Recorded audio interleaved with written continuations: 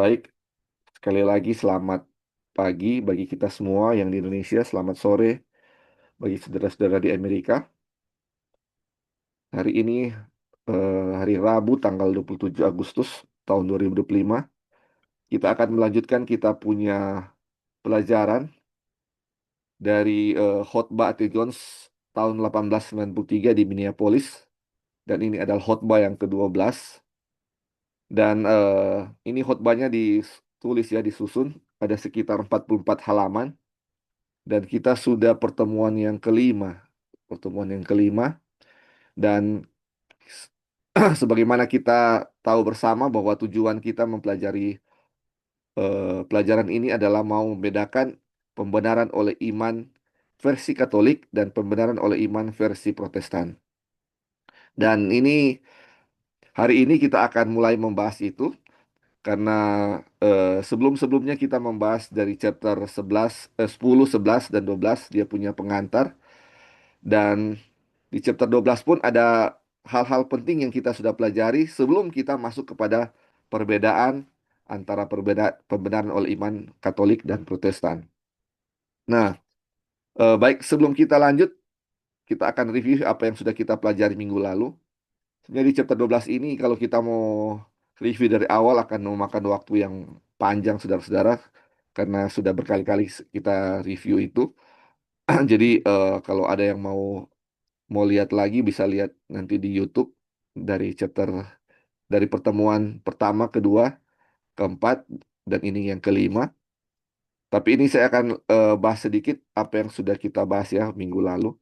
Jadi di chapter 12 ini kita membahas tentang apa namanya Filipi 2 di mana eh, Tuhan bilang biarlah pikiran ini ada di dalam kamu sebagaimana pikiran ini ada dalam Kristus. Dan ketika pikiran itu ada dalam diri kita, pikiran itu akan mengosongkan kita sebagaimana Kristus itu ketika ada pikiran Bapa di dalam Kristus, dia mengosongkan dirinya. Yang dia punya kesetaraan dengan Allah dia tidak anggap, tetapi dia mengambil rupa seorang hamba.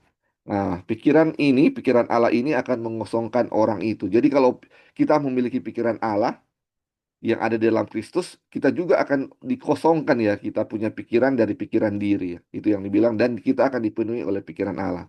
Jadi satu-satunya eh, jalan keluar atau kita punya solusi adalah Kristus ada di dalam diri kita kan. Itu yang dia punya masalah, dia punya solusi. Dan kita tahu di eh, Kejadian 3 ayat 15 ketika Tuhan kasih apa namanya? Kasih permusuhan antara perempuan dan ular kan, itu adalah di mana mulainya waktu manusia mulai membenci dosa dan mencintai sesuatu yang baik. Membenci dosa dan mencintai sesuatu yang baik. Karena ketika jatuh dalam dosa, pikiran manusia adalah apa? Yang jahat, yang jahat. Pikiran setan ada dalam mereka. Jadi Tuhan kasih permusuhan itu adalah Injil yang pertama. Manusia memiliki suatu kuasa, yaitu kuasa memilih.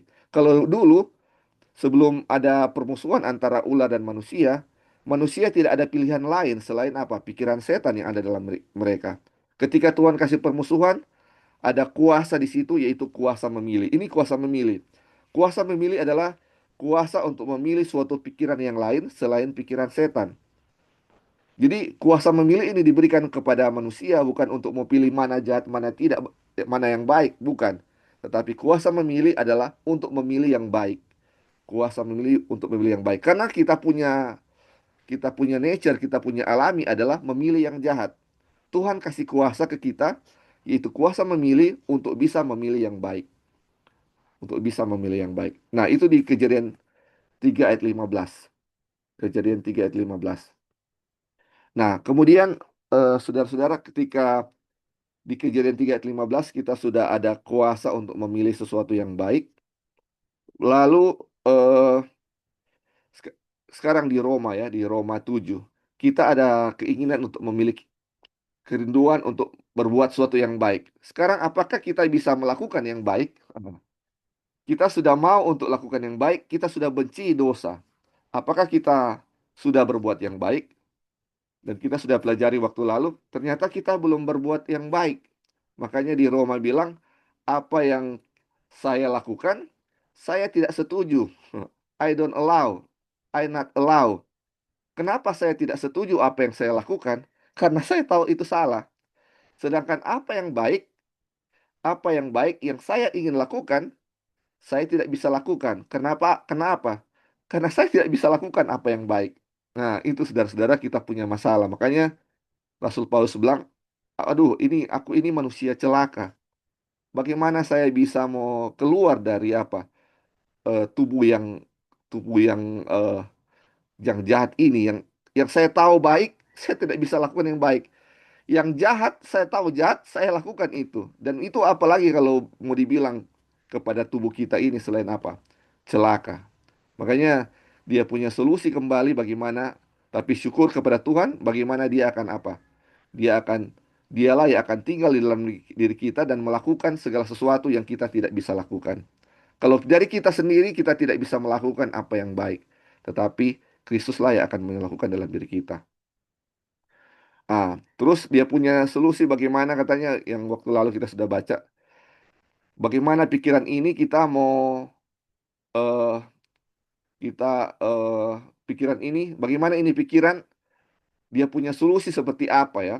Karena ini pikiran kita ini enmity ya, bermusuhan dengan Allah, bukan permusuhan dengan Tuhan, dengan Allah, tetapi pikiran ini sendiri adalah musuh. Makanya satu-satunya hal yang dapat dilakukan adalah dibilang apa? Menghancurkannya, mencabutnya, membuangnya, dan memusnahkannya. Itu adalah pikiran setan yang ada dalam diri kita. Itu adalah pikiran diri, dan itu adalah pikiran setan dibilang ya. Jadi ini yang harus disingkirkan. Caranya bagaimana? Seperti dia bilang tadi ya. Let this mind in you. Biarlah pikiran Allah berada di dalam kamu dan pikiran-pikiran diri ini bisa disingkirkan. Pikiran diri akan bisa disingkirkan, dihancurkan ya dan dimusnahkan. Itu yang sudah kita pelajari secara singkat, yang sudah kita pelajari panjang lebar waktu lalu dan ini secara singkat saya apa namanya mengingatkan kembali. Nah, dan ini yang apa kita belajar di waktu lalu, ini ada eh, dibilang dari buku Katolik ada beberapa penyelidikan orang kafir tentang keabadian jiwa.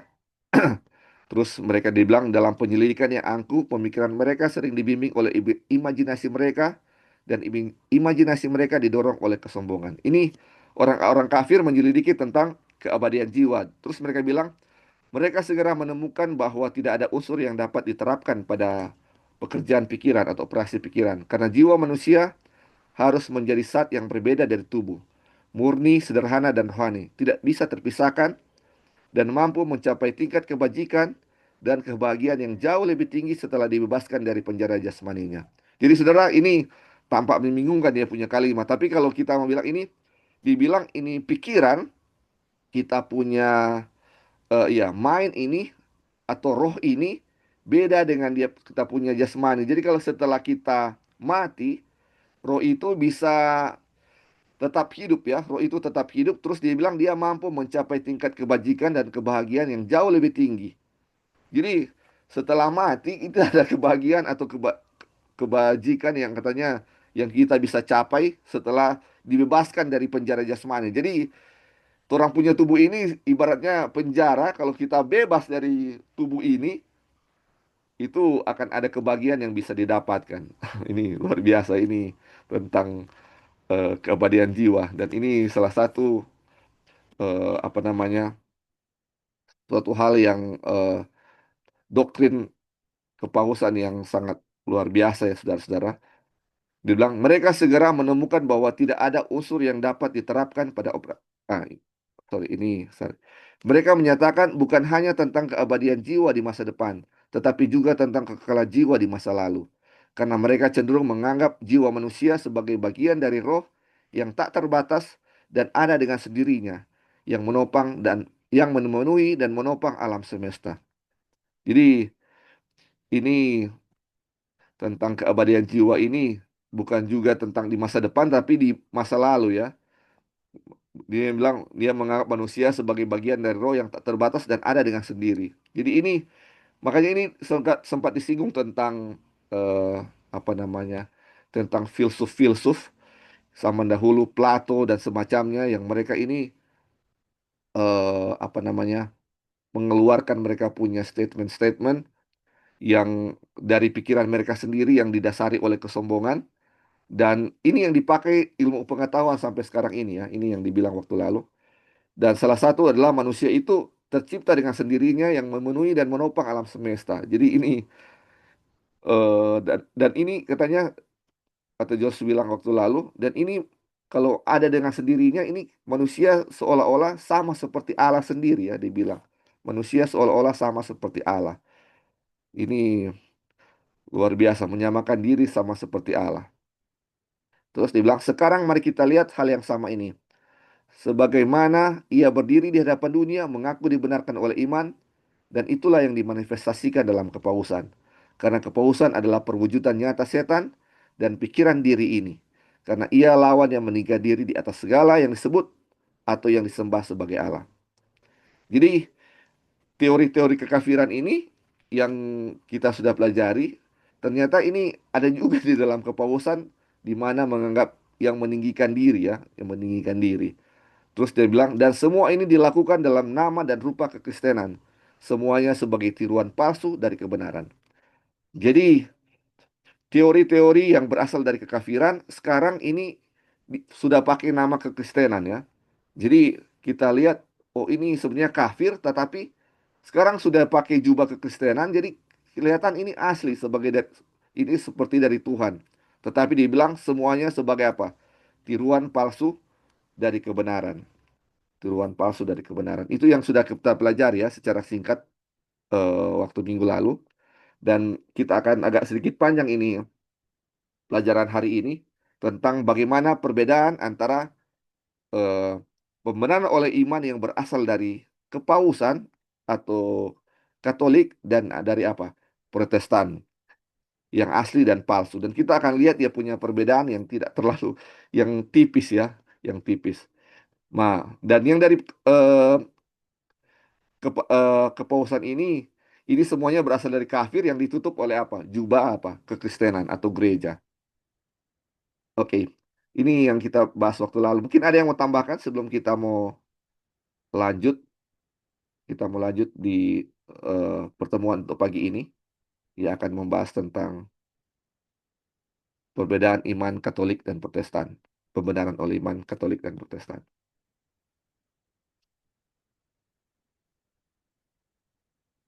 Oke, kalau belum ada kita mulai ya, saudara-saudara. Oke. Saudara-saudara, ini adalah Bible study atau kita bisa diskusi semua ya. Saudara-saudara ada yang mau tambahkan atau ada yang mau bertanya, dipersilakan. Dan kembali saya bukan tahu segalanya tentang ini. Jadi saudara-saudara bisa tambahkan atau bisa koreksi ya saudara-saudara. Saya hanya memandu di sini. Oke, baik kita akan mulai ya saudara-saudara. Saya akan baca dari pelajaran ini dari sambungan minggu lalu. Dibilang di sini. Di sini saya punya buku berjudul Catholic Belief. Buku ini memiliki imprimatur. Kalau imprimatur ini adalah persetujuan gereja resmi dari John Kardinal McCloskey, Uskup Agung New York, dan Henricus Eduardus, Kardinal dan Uskup Agung Westminster. Ditulis oleh yang sangat terhormat Dr. Joseph Fa di Bruno, Rektor Jenderal dari Serikat Misi Saleh, Gereja Salvatore in Onda, Ponte Sisto Roma, dan Gereja Italia Saint Peter, Hatton Garden, London. Dan ini diedit atau disunting oleh pendeta Louis A. Lambert, penulis Notes on Ingersoll, dan sebagainya. Dan buku ini masuk ke negara ini dengan persetujuan daripada pemimpin gereja hierarki di negara ini. Jadi waktu itu A.T. Jones menunjukkan sebuah buku berjudul Catholic Belief. Dan ini yang akan kita baca pada saat ini. Dan kutipan-kutipan dari buku ini akan dibandingkan dengan yang ada dalam buku Step to Christ atau kebahagiaan sejati. Oke, saya mulai ya. Dia bilang, saya akan membacakan sebagian dari buku ini dan agar Anda dapat melihat dua hal, kebenaran tentang pembenaran oleh iman dan kepalsuannya berdampingan. Saya akan membacakan apa yang dikatakan buku ini, lalu apa yang dikatakan Allah dalam Step to Christ. Hal itu juga terdapat dalam Testimonies dan tentu saja di seluruh Alkitab. Saya ingin Anda melihat seperti apa pandangan Gereja Katolik Roma tentang pembenaran oleh iman, karena saya telah bertemu dengan orang yang mengaku Advent hari ketujuh selama 4 tahun terakhir. Pernyataan-pernyataan yang persis sama, ungkapan-ungkapan yang ada dalam buku Katolik ini tentang apa itu pembenaran oleh iman dan bagaimana cara mendapatkannya adalah ungkapan-ungkapan yang disampaikan kepada saya oleh orang-orang yang mengaku Advent hari ketujuh tentang apa itu pembenaran oleh iman. Jadi saudara-saudara, Ete Jones bilang di sini, dia sudah bertemu dengan orang-orang Advent sepanjang 4 tahun terakhir, dan dia bilang orang-orang Advent pun yang masih Advent hari ketujuh, mereka pun bilang ungkapan yang sama tentang bagaimana itu pembenaran oleh iman, sama seperti orang Katolik bilang, seperti buku Katolik itu bilang.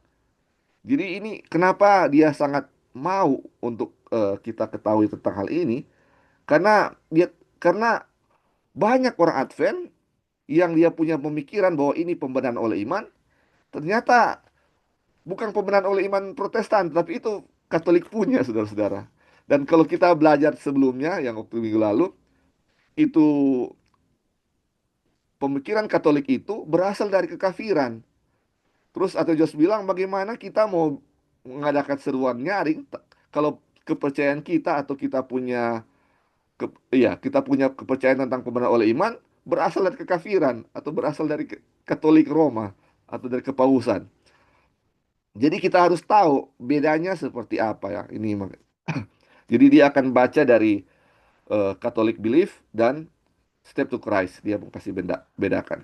Terus dia bilang, saya ingin tahu bagaimana Anda dan saya dapat menyampaikan satu kebenaran kepada dunia ini yang memperingatkan mereka terhadap penyembahan kepada binatang itu ketika kita sendiri dalam pengakuan iman kita memegang doktrin-doktrin dari binatang itu.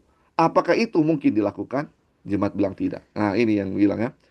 Jadi bagaimana kita mau kasih pekabaran ke dunia ini kalau kita bilang ini, bagaimana kita mau kasih peringatan kepada dunia tentang penyembahan kepada binatang kalau kita sendiri percaya kepada apa? Doktrin-doktrin binatang. Dan itu tidak mungkin dilakukan ya. Bagaimana kita mau bilang tentang kesalahan kepausan kalau kita sendiri pegang itu doktrin-doktrin kepausan? Makanya itu tidak bisa ya. Terus dibilang, maka saya meminta perhatian Anda pada malam ini agar Anda dapat melihat dengan jelas apa sebenarnya hal itu. Dan supaya jika memungkinkan dengan mengetahui dari awal apa itu sebenarnya, mengetahui bahwa itu berasal dari kepausan, mengetahui bahwa itu adalah ajaran binatang, Anda mau melepaskannya hanya karena itu berasal dari sana. Meskipun Anda belum siap untuk percaya akan pembenaran oleh iman, bahkan meskipun Anda belum dapat melihat hal itu sebagaimana Allah memberikannya, seperti beberapa orang yang belum sanggup. Jadi, saudara-saudara, walaupun kita belum terlalu mengerti apa pembenaran oleh iman itu seperti sebagaimana Allah ingin kita tahu, tetapi kita harus tahu ini Katolik punya, ini Protestan punya. Kita harus tahu dia punya perbedaan. Terus dia bilang, sekarang jika kita menemukan bahwa itu berasal dari kepausan, saya berharap mereka yang telah menganutnya atau setidaknya mengungkapkannya, apapun yang mereka yakini, akan bersedia melepaskannya bagaimanapun juga. Jadi saudara-saudara, kalau kita sudah tahu ini Katolik ini berasal dari kepausan, kita harus lepaskan itu ya saudara-saudara. Kita harus lepaskan itu dan ya itu dia punya tujuan ya untuk bagaimana kita mau tahu mana yang benar, mana yang salah, mana yang dari kepausan, mana yang dari Protestan. Kita kalau sudah tahu mana yang salah, kita harus apa? Lepaskannya. Kita harus bersedia untuk melepaskannya. Oke, kita akan mulai ya. Dia bilang ini eh di buku Katolik ya, dia bilang di dalam halaman 74 dari buku Katolik Belief ini saya membaca sebagai berikut. Dalam hal orang dewasa, diperlukan beberapa disposisi atau sikap batin dari pihak orang berdosa agar layak untuk memperoleh rahmat pembenaran yang tetap dan berkelanjutan ini. Jadi, saudara-saudara yang kata warna biru itu berasal dari buku Catholic Belief ya. Ini saya kasih warna biru. Dia bilang, ini dalam hal orang dewasa ini dibilang diperlukan katanya sikap batin dari orang berdosa agar layak untuk memperoleh rahmat pembenaran yang tetap dan berkelanjutan ini. Terus ini dia punya keterangan. Dia bilang, dia harus mempersiapkan diri untuk itu. Dia harus melakukan sesuatu untuk menjadikan dirinya layak menerimanya. Terus dia bilang, nah, jadi ini ya, jadi dari buku Catholic Belief ini, supaya kita ini, eh, apa namanya, supaya kita ini bisa dibenarkan, kita harus persiapkan kita punya diri, supaya kita layak menerima ini pembenaran. Pemberian ini kita punya kasih karunia ini, grace ya, abiding grace, rahmat pembenaran yang tetap. Ketika kita mau terima ini grace ini, kita harus persiapkan diri. Apapun itu ya, mungkin kalau dari kita orang Advent mungkin kita harus seperti apa ya? Kita harus full vegetarian misalnya. Kita nggak boleh ini, nggak boleh itu. Memang untuk menerima pembenaran kita harus apa? Mempersiapkan diri. Walaupun hal-hal yang kita mempersiapkan diri itu baik, tetapi ini ya dia punya masalah ya saudara-saudara. Kadang-kadang kita mempersiapkan diri ini seperti ini, kita tahu itu apa yang kita lakukan itu baik. Tetapi kadang-kadang kita punya motif untuk mempersiapkan diri itu yang salah ya. Mari kita lihat ya, kita lanjut.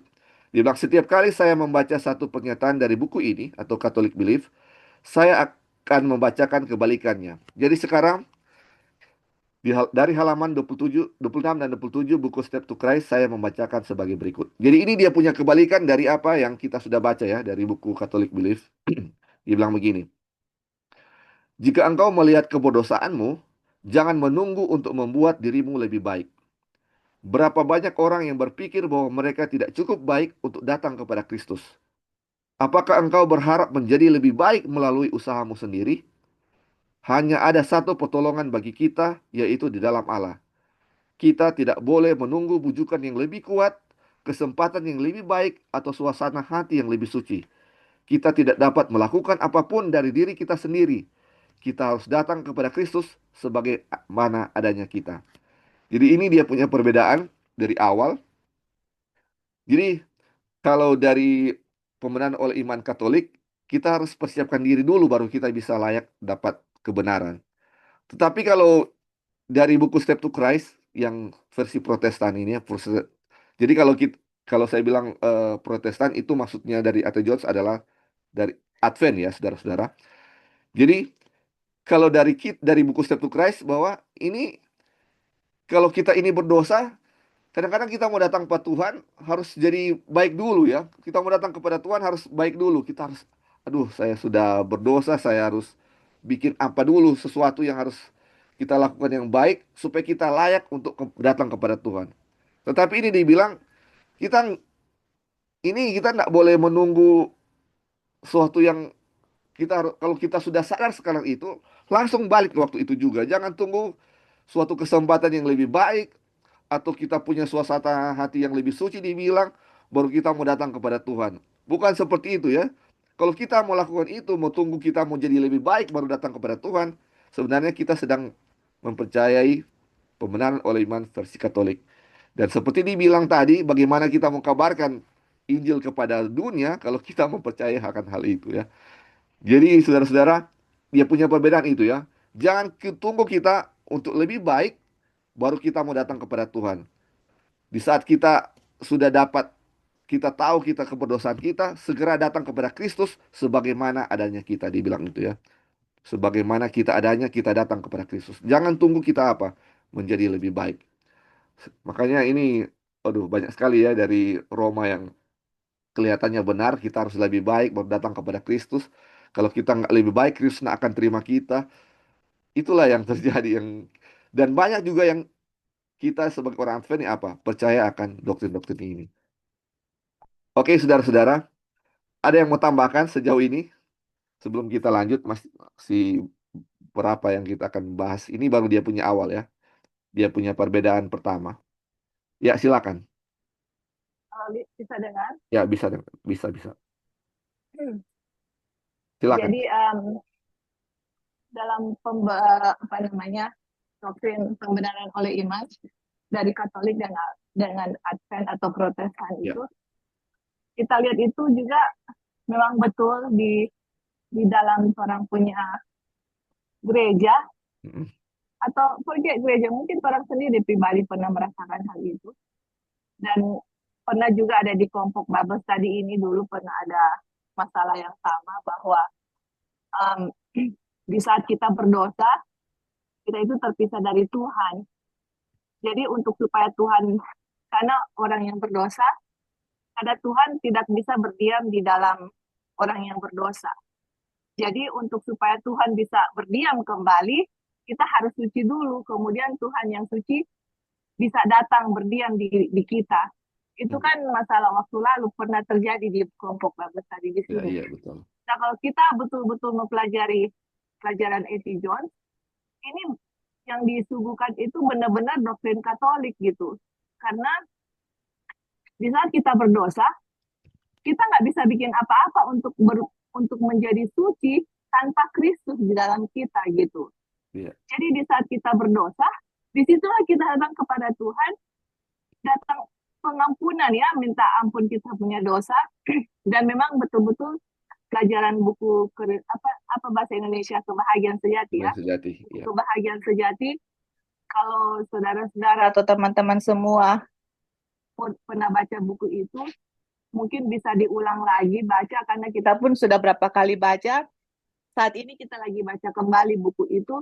Memang buku kebahagiaan sejati itu adalah doktrin pembenaran oleh iman yang sejati gitu. Aduh itu benar-benar luar biasa sekali buku itu hanya kecil dengan tipis tapi isinya itu sangat luar biasa itu buku kebahagiaan sejati. Dulu saya anggap buku kebahagiaan sejati itu hanya buku biasa-biasa aja dan buku itu untuk dibagikan traktat kepada orang-orang luar gitu. Orang-orang Advent tidak perlu. Aduh, justru di situ inilah inti dari pekabaran malaikat ketiga yang A.T. Jones kasih kepada kita, yang mana inilah perbedaan doktrin apa Katolik dengan doktrin Advent. Nah, tadi sudah dimulai di tadi pendahuluan yang Lali bilang bahwa kita kan sebagai umat-umat Tuhan akan membawakan pekabaran seruan nyaring kepada dunia, Iya. pekabaran malaikat ketiga.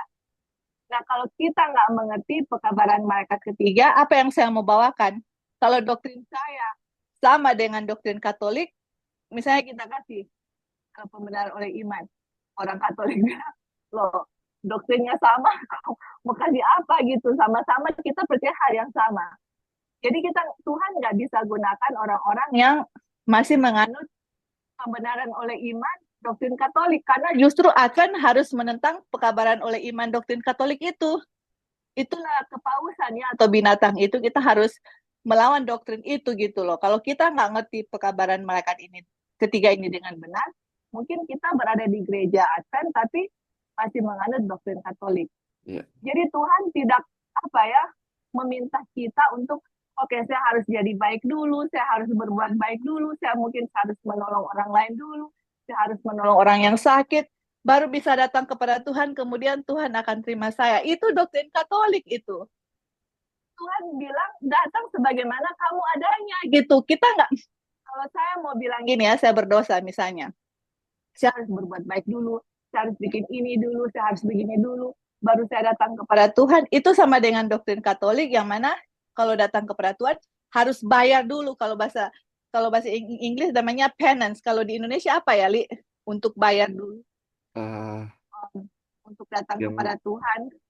bukan itu, bukan Kalau indulgence ya, bukan ya? Indulgence itu yang bayar-bayar jadi itu. harus Iya, harus bayar dulu untuk datang kepada Tuhan. Jadi kalau kita saya harus berbuat baik dulu, saya harus menyenangkan hati Tuhan dulu. Apapun yang saya lakukan, walaupun perbuatan baik, tapi kalau bukan lakukan kita yang melakukan itu tetap saja dosa yang Allah bilang. Karena yang melakukan itu adalah diri saya, bukan Tuhan di dalam kita gitu. Walaupun perbuatan kita baik. Jadi ini sangat krusial, sangat sangat sangat penting. Apalagi kita sedang belajar medical missionary, ini fondasi untuk kita semua bisa apa ya untuk kita bisa mengerti pekabaran malaikat ketiga di mana posisinya dan medical missionary di mana posisinya. Teman-teman dan saya melakukan, saudara-saudara melakukan medical missionary bukan untuk supaya kita layak di hadapan Tuhan dan supaya Tuhan menerima kita. Bukan itu, kita datang kepada Tuhan sebagaimana adanya gitu. Lakukan medical missionary itu adalah hasil di mana saya sudah datang kepada Tuhan dan Tuhan sudah memberikan kebenarannya kepada kita gitu, baru itu adalah hasil dari iman di saat kita menerima kebenaran Kristus. Bukan saya harus bikin ini dulu, kemudian datang kepada Tuhan, baru Tuhan terima. Aduh, itu doktrin kekafiran yang sudah dianut oleh doktrin Katolik. Dan unfortunately, yang sekali doktrin itu masuk di gereja kita dan kita harus mengerti yang benar atau yang aslinya yang kita lagi sedang bahas. Oke, mungkin itu aja, Li. Thank Ya, you. oke, thank you. Jadi kalau di bahasa Indonesia itu yang bayar dosa dia nama indulgensi, indulgensi, indulgensi itu untuk bayar kalau ada dosa, penghapus dosa ya. Oke, terima kasih untuk tambahannya. Jadi itu ya dia punya perbedaan pertama. Jadi kita harus mempersiapkan diri dulu untuk layak menerima akan karunia Tuhan. Dan ini bilang banyak orang Advent yang percaya. Tetapi kalau kita lihat juga yang sebenarnya dari orang kelompok-kelompok sempalan ya kayak Davidian atau yang lain ini justru mereka paling kuat soal ini, saudara-saudara. Kalau kita perhatikan, mereka kuat sekali untuk kalau kita lihat dari doktrin kepausan ini yang mereka harus siap dulu, layak dulu. Seperti ini, saudara-saudara. Ini saya ingat sekali, ini kental sekali dengan eh, gerakan-gerakan itu. Mereka harus begini sampai untuk makanan pun kita tahu ya untuk reformasi kesehatan itu tidak salah. Tetapi mereka bilang itu dilakukan untuk apa? Mempersiapkan diri agar mereka layak untuk menerima kebenaran. Jadi ini kuat sekali sebenarnya kalau di orang-orang ya, di gerakan-gerakan sempalan itu ya karena mereka mau dan mereka membandingkan bahwa mereka ini lebih baik dari dari gereja ya, dari gereja. Jadi kan mereka sudah mempersiapkan diri mereka secara baik dan bisa layak untuk menerima ini. Ini kental sekali ya kalau kita lihat ya di gerakan-gerakan itu. Terus kita lanjut ya. Dibilang, inilah yang disebut pembenaran oleh iman. Nah, ini yang disebut pembenaran oleh iman ya. Kita datang kepada Kristus kapan saja ya. Terus dibilang, hal lain itu adalah pembenaran oleh perbuatan. Yang satu adalah ajaran Kristus tentang pembenaran oleh iman. Yang lain adalah ajaran iblis tentang pembenaran oleh iman. Dan sudah waktunya bagi orang-orang Advent hari ketujuh untuk memahami perbedaannya. Terus jemaat bilang, amin. Jadi kita harus tahu ya dia punya perbedaan. Ketika kita dalam keadaan berdosa dan kita dapat diizinkan oleh Roh Kudus, saat itu juga kita harus apa? Datang kepada Kristus. Jangan menunggu kita untuk menjadi lebih baik. Mari kita lanjut. Jadi kalau warna merah itu adalah dari eh, Step to Christ atau kebahagiaan sejati. Kalau warna biru dari buku Catholic Belief ya. Oke, kita lanjut ya. Sekali lagi dari buku Katolik itu. Seseorang hanya dapat menyiapkan dirinya dengan bantuan rahmat ilahi atau kasih karunia ilahi. Dan disposisi atau sikap batin yang ia tunjukkan sama sekali tidak menghasilkan atau mendatangkan pembenaran. Nah, ini sampai di sini kayaknya betul ya, saudara-saudara, bahwa seorang hanya dapat menyiapkan dirinya dengan bantuan rahmat dengan apa namanya? Dengan grace ya, kasih karunia. Jadi seorang hanya dapat menyiapkan dirinya dengan bantuan kasih karunia. Sampai sini nggak ada yang salah. Dan sikap batin yang dia tunjukkan sama sekali tidak menghasilkan atau mendatangkan pembenaran. Dan dia punya sikap katanya sama sekali tidak mendatangkan pembenaran. Betul sampai di sini. Nggak ada yang salah. Kita lanjut. Terus dia bilang, disposisi atau sikap batin itu hanya berfungsi untuk mempersiapkan dirinya agar layak menerimanya. Setelah lanjut sampai sini sudah kelihatan dia punya salah ya, sudah. Jadi kita punya sikap katanya hanya untuk mempersiapkan diri kita agar layak menerima itu rahmat itu. Waduh, luar biasa. Terus lanjut ya. Tidak, saya tidak percaya pada pembenaran oleh perbuatan. Ini dia bilang ya. Tetapi kita harus melakukan sesuatu untuk menyiapkan hal itu. Bagaimanapun juga kita harus menunjukkan niat baik kita. Bagaimanapun juga kita harus membuat beberapa tekad yang baik sebelum kita memulai. Ada sesuatu yang harus kita lakukan untuk mempersiapkan diri kita agar layak menerimanya. Saudara-saudara, ini luar biasa. Ini versi Katolik ini mereka nggak percaya pembenaran oleh perbuatan ya, dia bilang. Saya tidak percaya pada pembenaran oleh perbuatan. Tetapi, tetapi kita harus melakukan sesuatu untuk menyiapkan hal itu ya.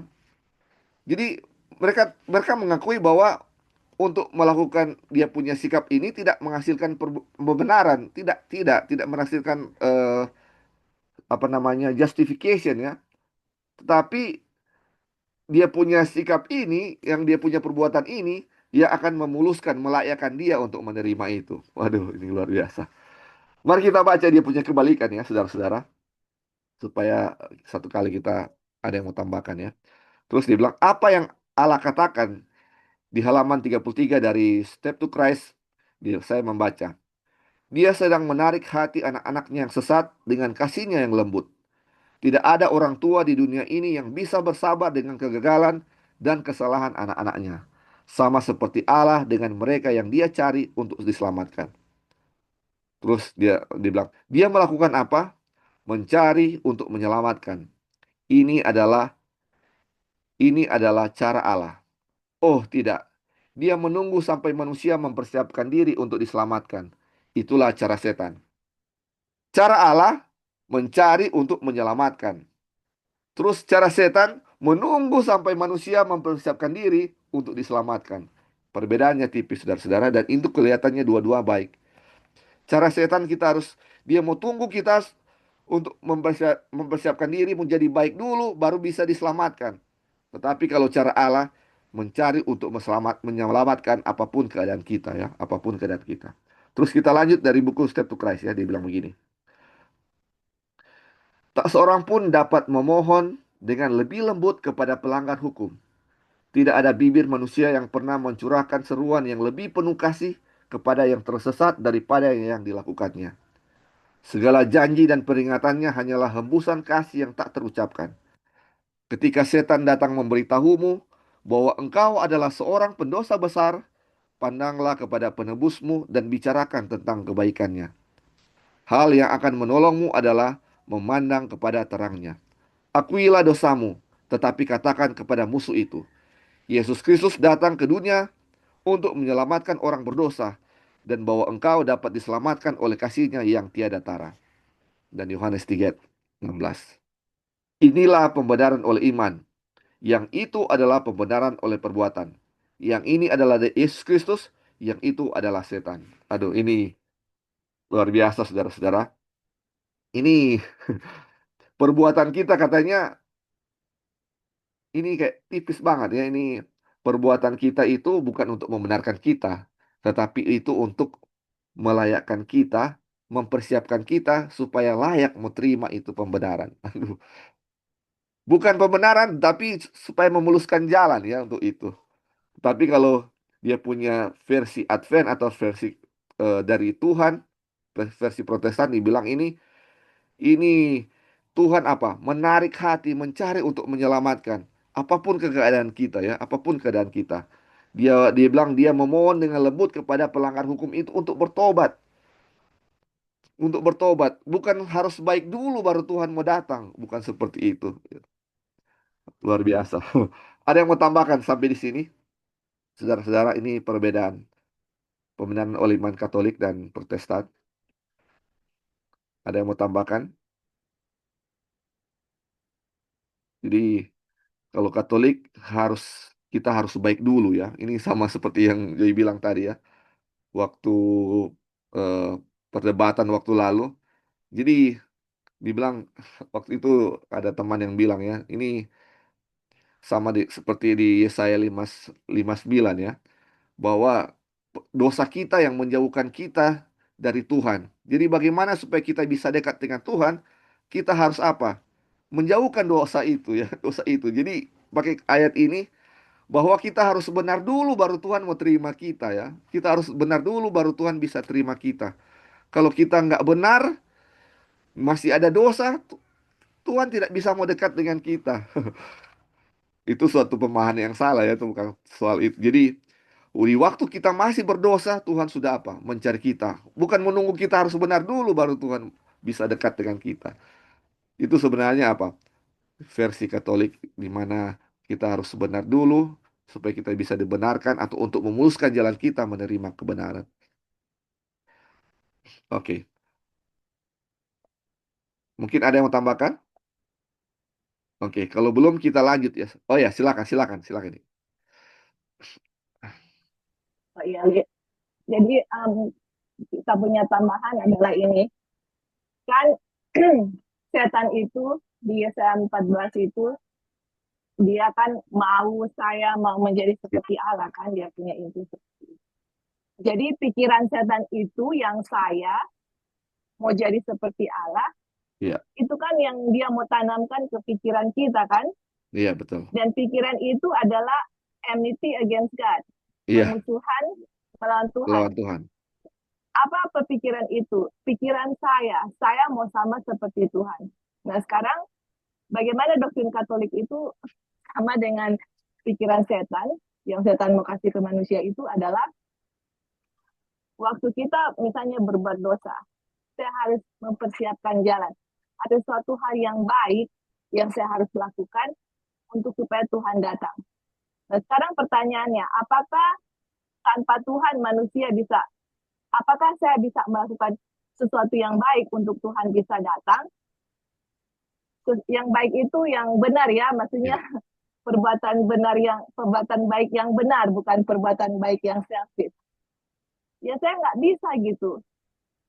Harus ada Kristus di dalam kita, baru kita bisa menghasilkan perbuatan baik yang benar benar. ya, bukan perbuatan baik yang motif selfish gitu. Nah, setan mau tanamkan ke kita pikiran yang setan itu adalah saya itu sama dengan Tuhan. Ya, kamu bisa berbuat baik tanpa Tuhan gitu. Itu yang setan mau tanamkan. Nah, di saat kamu bisa berbuat baik tanpa Tuhan, perbuatan baik itulah yang akan bisa mendatangkan Tuhan ke kamu gitu. Jadi sebenarnya setan mau bilang, kan kamu nggak perlu Tuhan untuk berbuat baik, iya kan? Hmm. Kamu bisa berbuat baik tanpa Tuhan. Itu sebenarnya dia punya inti gitu loh. Jadi kalau kamu bisa berbuat baik tanpa Tuhan, ngapain kamu perlu Tuhan? Seperti itu gitu. Jadi itulah pikiran setan. Nah kalau pikiran setan mungkin kita pikir apa pikiran setan? Hmm.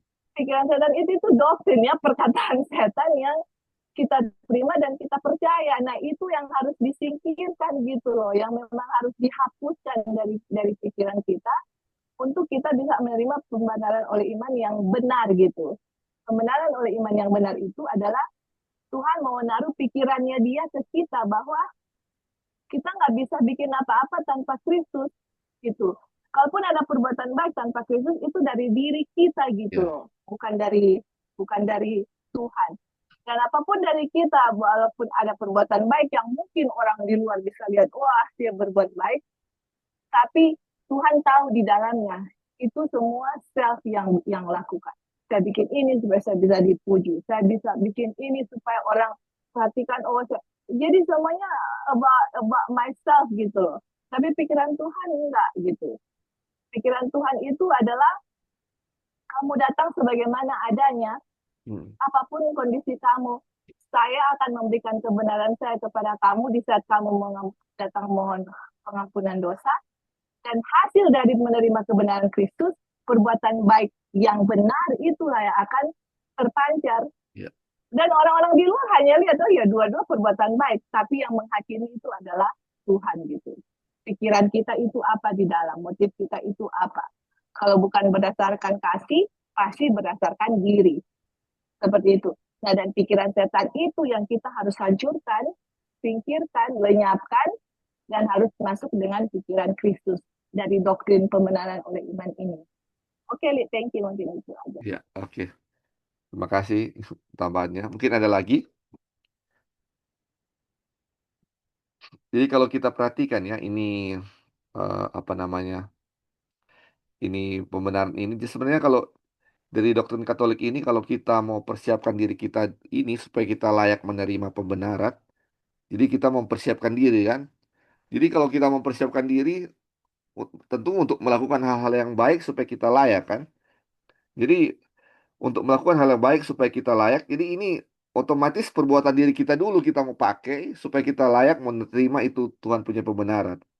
Sedangkan dari kalau kita lihat dari eh, apa namanya dari buku Step to Christ atau Kebahagiaan Sejati, ini di saat kita berdosa kita datang kepada Kristus. Kristuslah yang akan menyelamatkan kita. Kristuslah yang akan membenarkan kita. Baru nanti kita bisa berbuat baik ya. Dibenarkan dulu, baru disanctify ya. Mungkin yang sama seperti Pendeta Jeki bilang ya waktu lalu. Jadi sanctify itu mungkin dia punya hasil ya. Dia punya hasil dari apa yang kita lakukan itu sesuai dengan apa yang Tuhan perintahkan ya. Karena sudah disanctify. Oke, mungkin ya ada lagi yang tambahkan sebelum kita lanjut? Ah ya, silakan Pendeta. Ini biar lebih jelas ya. Ya, terima kasih kesempatannya. Eh, jadi jangan sampai kita memang Advent ini ya kelihatan memang beda tipis. Maksudnya beda tipis di sini adalah kadang-kadang kita memang mempraktekkan seperti itu juga, Ya, betul, betul. bahwa kita kan harus pelihara sahabat. Jadi Ya, apa bedanya kita dengan yang lain? Kan kita harus harus berbuat, harus melakukan. betul sekali. Perbuatan benar itu kan harus kelihatan. Iya, iya. Nah, karena perbuatan benar itu harus kelihatan, disinilah letaknya. Letak yang kalau kita mau ambil perbedaannya, dan saya yakin juga sebenarnya Protestan umumnya juga sebenarnya percayanya seperti ini, Hmm. bahwa pembenaran itu adalah ketika kita menerima Yesus, ada dua hal yang kita terima. Itu yang sering dilupakan. Yang pertama adalah kematiannya. Kenapa kematiannya perlu untuk kita? Karena itu adalah harga tebusan. Bahwa kita yang harusnya mati, tapi Yesus yang sudah mati. Jadi kematian Yesus itu perlu bagi kita. Nah, setelah kita terima kematian Yesus, kita kan menerima hidup. Hmm. Ketika kita menerima hidup, jawabannya adalah apakah kita bisa melakukan hal yang benar? Hmm.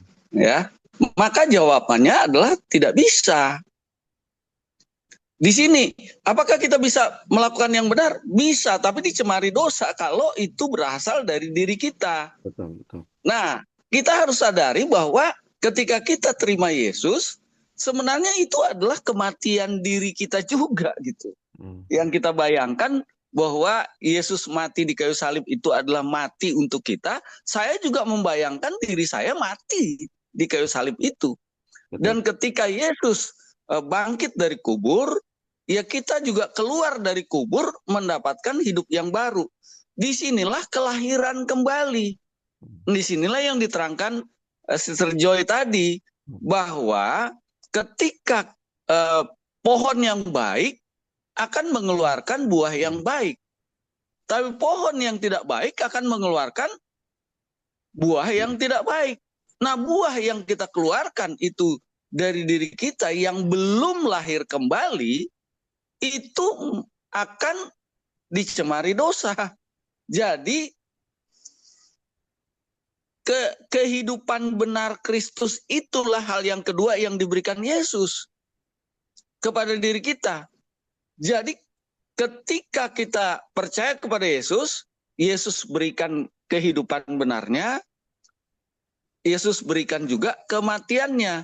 Nah, yang kita konsentrasi selalu adalah kepada kematiannya, tidak kepada kehidupan benarnya. Gambarannya adalah ketika manusia jatuh ke dalam dosa, Adam dan Hawa, kan pada hari engkau memakannya, pastilah engkau mati. Adam dan Hawa waktu itu tidak mati, tapi ada kematian. Nah, inilah ada kematian yang menggambarkan kematian Kristus. Itu satu hal. Tetapi hal yang berikutnya adalah manusia pada waktu berdosa melihat dirinya telanjang. Mereka mengenakan pakaian dari daun-daunan. Dan itu adalah menggambarkan perbuatan diri. Itu harus dibuka, harus dilepas. Digantikan dengan kulit binatang, tentu saja kulit binatang yang, ya kalau binatang dikuliti kan dia mati. Jadi ada kematian. Kematian inilah yang menggambarkan korban. Jadi kulit binatang itu jadi pakaian. Pakaian itu adalah menggambarkan tabiat yang baik, kebenaran. Itu adalah dari pakaian korban, dari kulit korban. Jadi ketika Allah menggantikan pakaian dari daun-daunan itu dengan pakaian korban, ya, binatang korban, itu menggambarkan kebenaran Kristus juga diberikan kepada kita. Dan kalau kebenaran kita yang nanti dibawa ke pengadilan, maka hukum akan katakan, tidak, itu tidak bisa kami terima karena itu tidak sempurna. Hanya pakaian Kristus, kehidupan benar Kristus yang akan diterima oleh hukum. Jadi inilah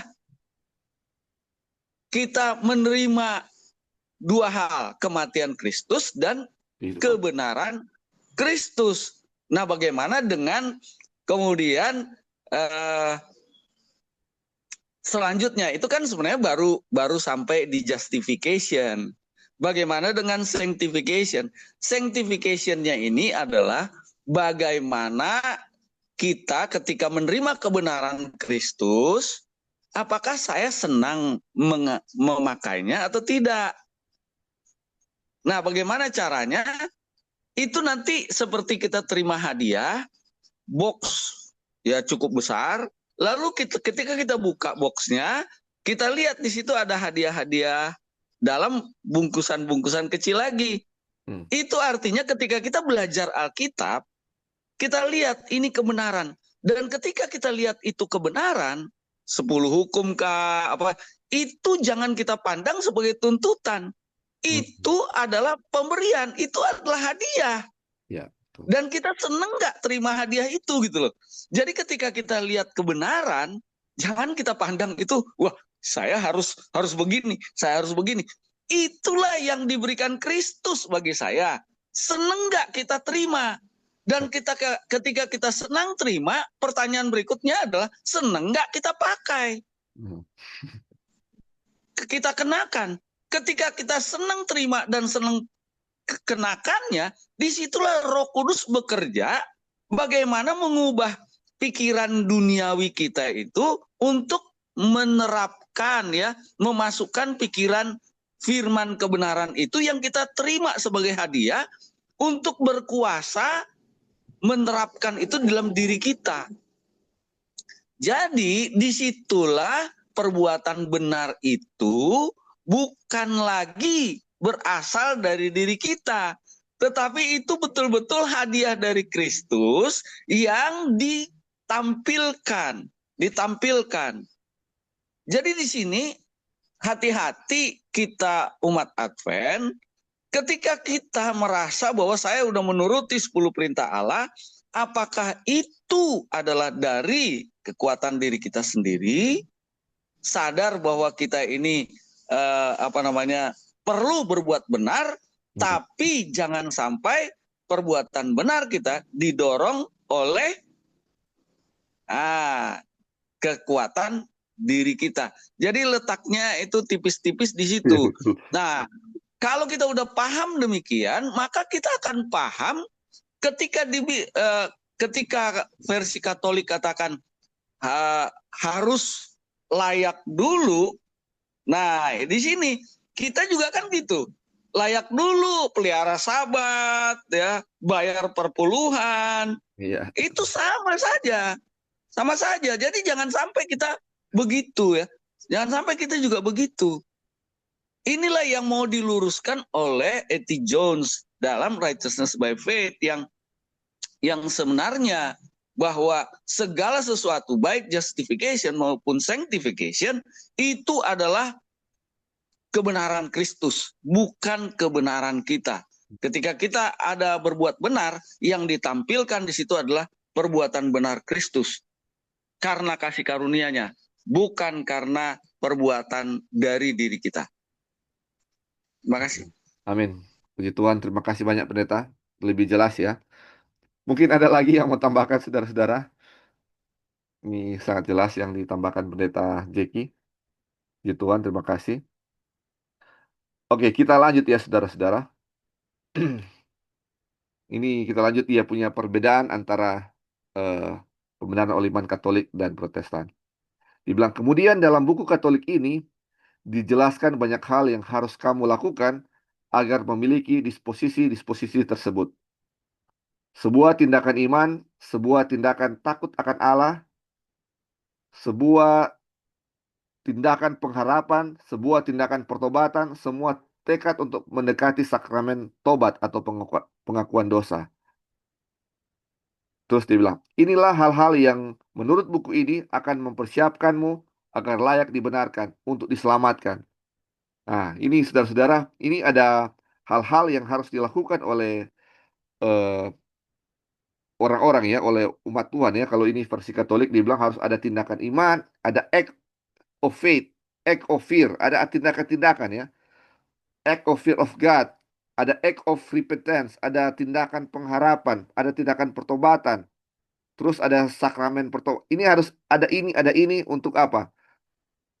Untuk bisa dibenarkan ya, untuk mempersiapkan kita agar layak untuk dibenarkan. Nah, sama seperti yang kita bilang tadi ya, kita harus begini, harus ini, supaya mempersiapkan untuk dibenarkan.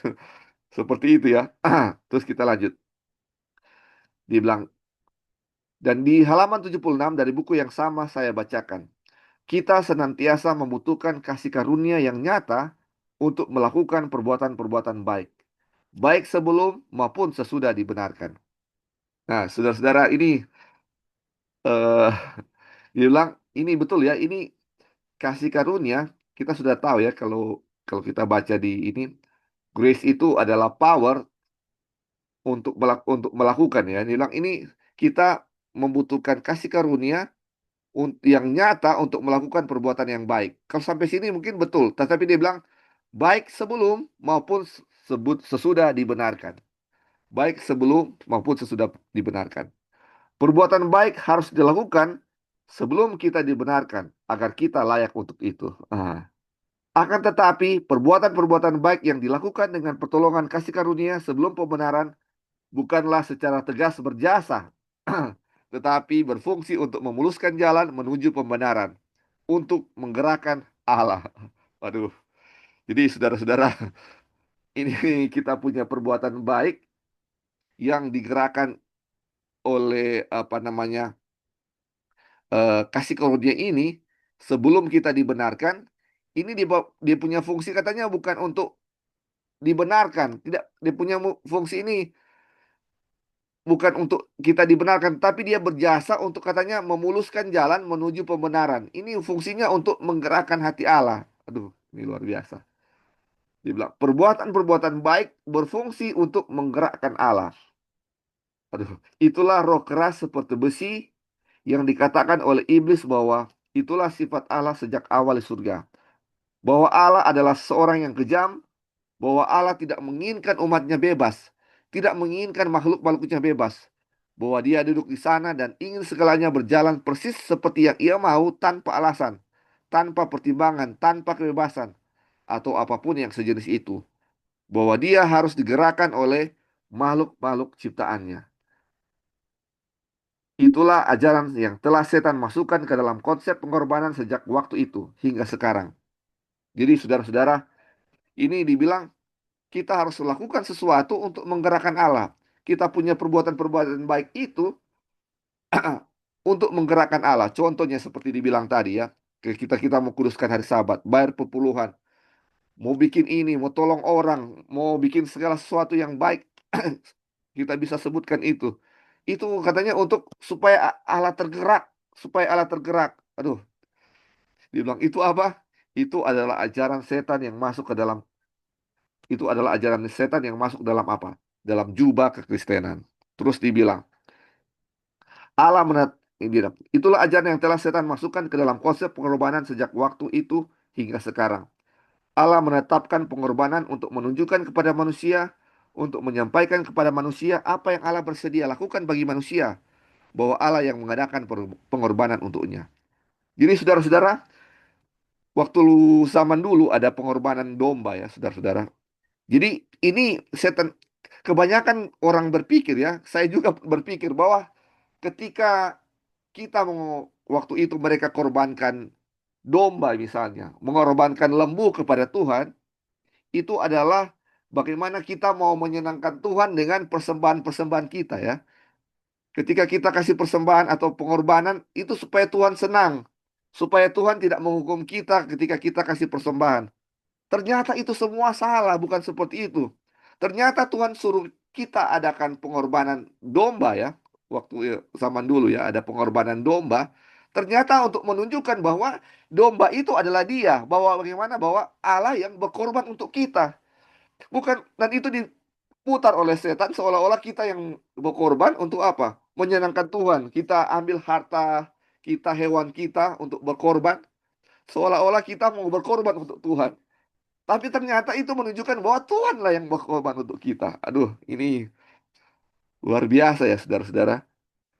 Ini versi Katolik itu kita punya perbuatan baik untuk menggerakkan Tuhan. Tuhan harus digerakkan. Ini sama seperti orang-orang kafir ya.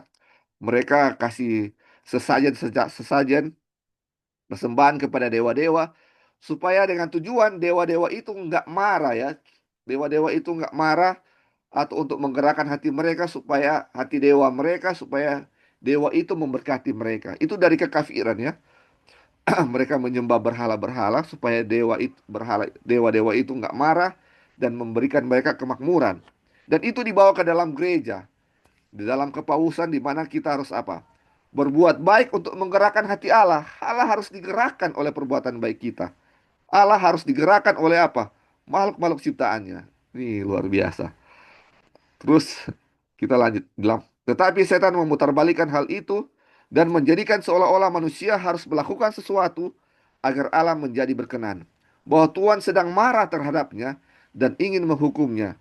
Dan sekarang kita harus berkorban untuk membayar dia agar dia tidak menyakiti kita. Dan bahwa kita harus menggerakkan dia agar dia membenarkan kita. Aduh, itu yang dibilang tadi ya saudara-saudara. Korban bakaran itu bukan untuk menyenangkan Tuhan. Bagaimana kita supaya Allah berkenan kepada kita. Bukan itu saudara-saudara.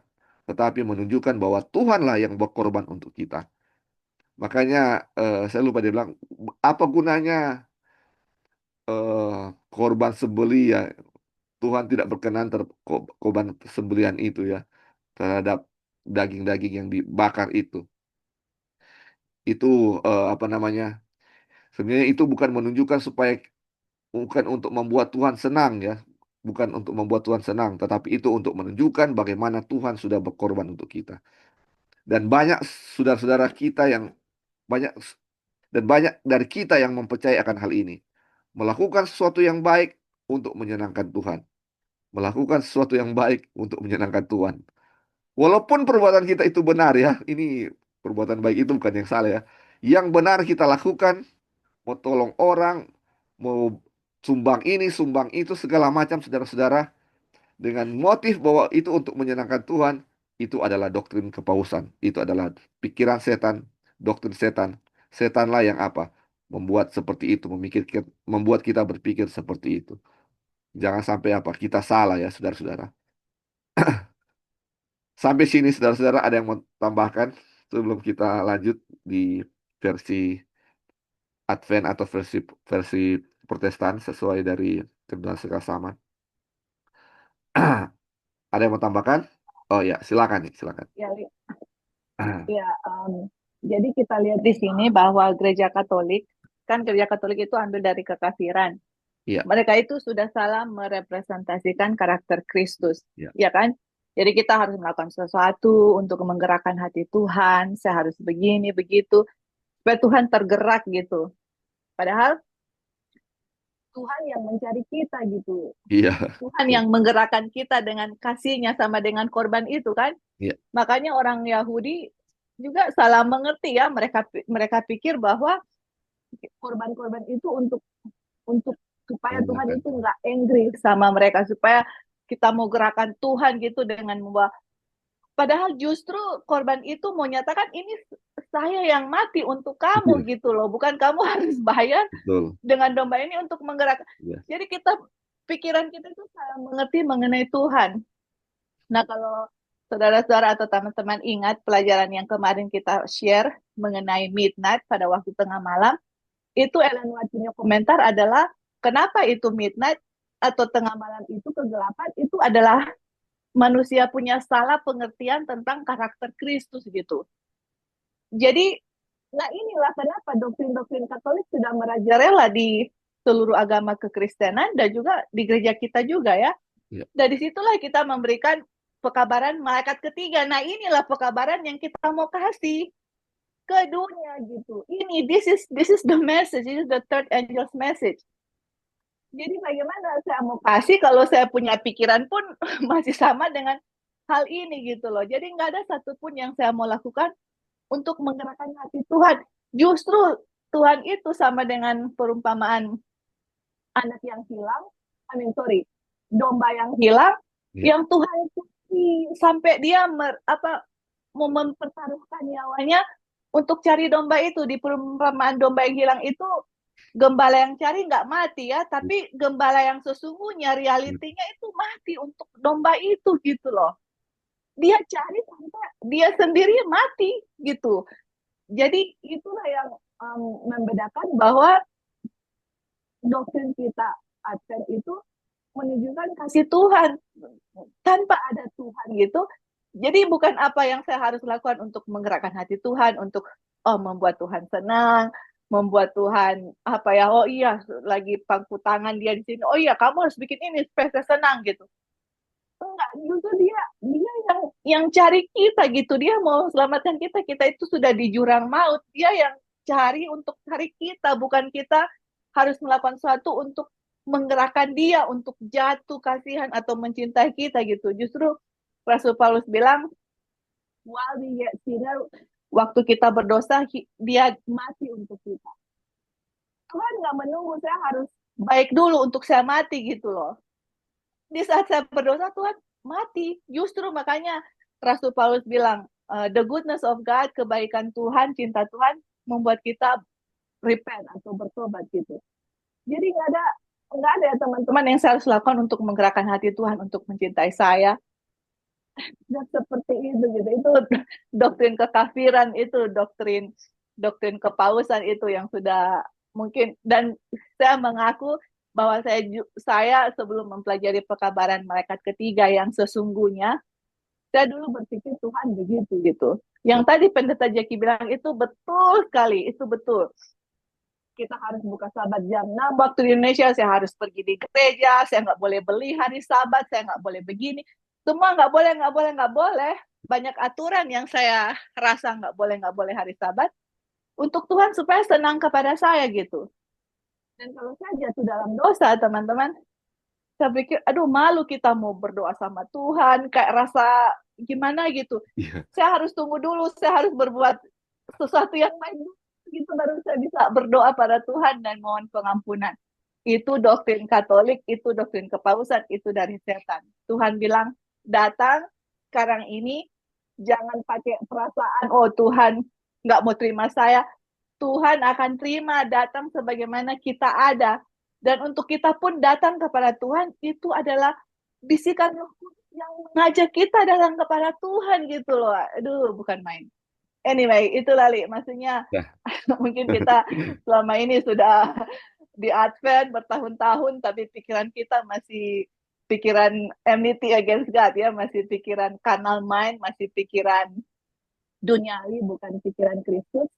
Biarlah dengan pelajaran ini bisa membuat kita lebih mengerti akan pikiran Kristus, karakter Kristus, dan mengerti akan doktrin ini dan bisa praktekkan, karena inilah akan kita bawakan kepada dunia nanti. Ya, Oke, terima thank you. kasih.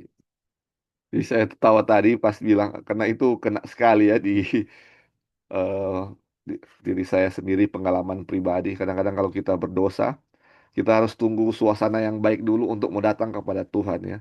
Kadang-kadang kita nggak mau langsung bertobat, aduh tunggu dulu mau berdoa.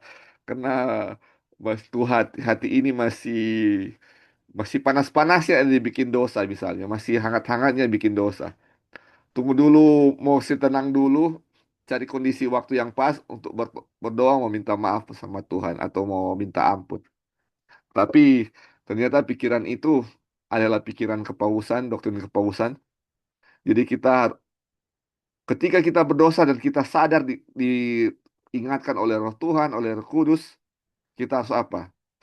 Minta maaflah sewaktu itu ketika kita mendapat bisikan untuk apa? Untuk bertobat ya, saudara-saudara. Ini luar biasa, puji Tuhan ya. Mari kita baca dari buku Step to Christ. Dia punya kebalikan ya. Marilah kita membaca apa yang Tuhan katakan mengenai hal itu. Kebahagiaan sejati halaman 57 dan 58. Berbicara tentang perumpamaan anak yang hilang dan bagaimana ketika anak yang hilang itu masih jauh, bapaknya telah berbelas kasihan kepadanya dan berlari mendapatkan dia, memeluk lehernya dan menciumnya. Maka dikatakan, tetapi bahkan perumpamaan ini yang lembut dan menyentuh tidak dapat mengungkapkan kasih sayang Bapa surgawi yang tak terbatas. Oh, saudara-saudara, kalau kita baca tentang anak yang hilang di mana dia sudah berdosa, tetapi ketika dia pulang, papanya apa? Datang sambut dia, peluk dia, cium dia, kasih ganti dia punya sepatu, gak, dia punya baju, kasih pakai cincin. Aduh, ini bagaimana orang yang sudah sangat berdosa. Dia sudah ambil, dia punya harta, sudah jual, sudah bersenang-senang. Sekarang ketika dia balik, dia disambut dengan luar biasa oleh bapaknya. Dan dibilang perumpamaan ini menyentuh, tetapi ini dibilang tidak dapat mengungkapkan kasih sayang Bapa surgawi yang tak terbatas. Luar biasa. Lebih dari itu yang bisa, yang Bapa surgawi ini, dia punya kasih sayang kepada kita ya. Terus dia bilang, Tuhan menyatakan melalui nabinya, Aku telah mengasihi engkau dengan kasih yang kekal. Sebab itu dengan kasih setiaku kepadamu, aku menarik engkau. Waduh, dengan love ini Tuhan apa? Tarik kita kepada Dia. Dengan cinta inilah yang menarik kita kepada Dia. Seperti anak anak yang hilang ini ya. Cinta bapaknya itu yang menarik dia untuk kembali pulang. Cinta ada di bapaknya ini yang menarik anak itu untuk pulang. Ketika anak itu lagi di kandang babi, dia pikir, aduh bapakku ini sangat mengasihi aku.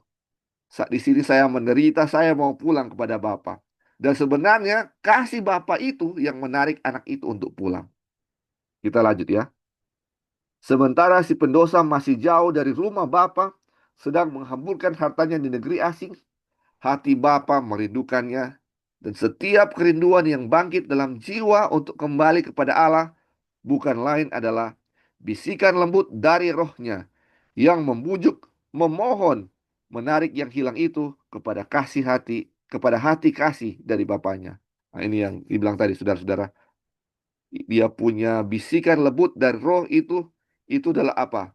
Adalah kerinduan dari Bapaknya supaya orang yang berdosa ini bisa kembali. Anak yang hina ini bisa kembali.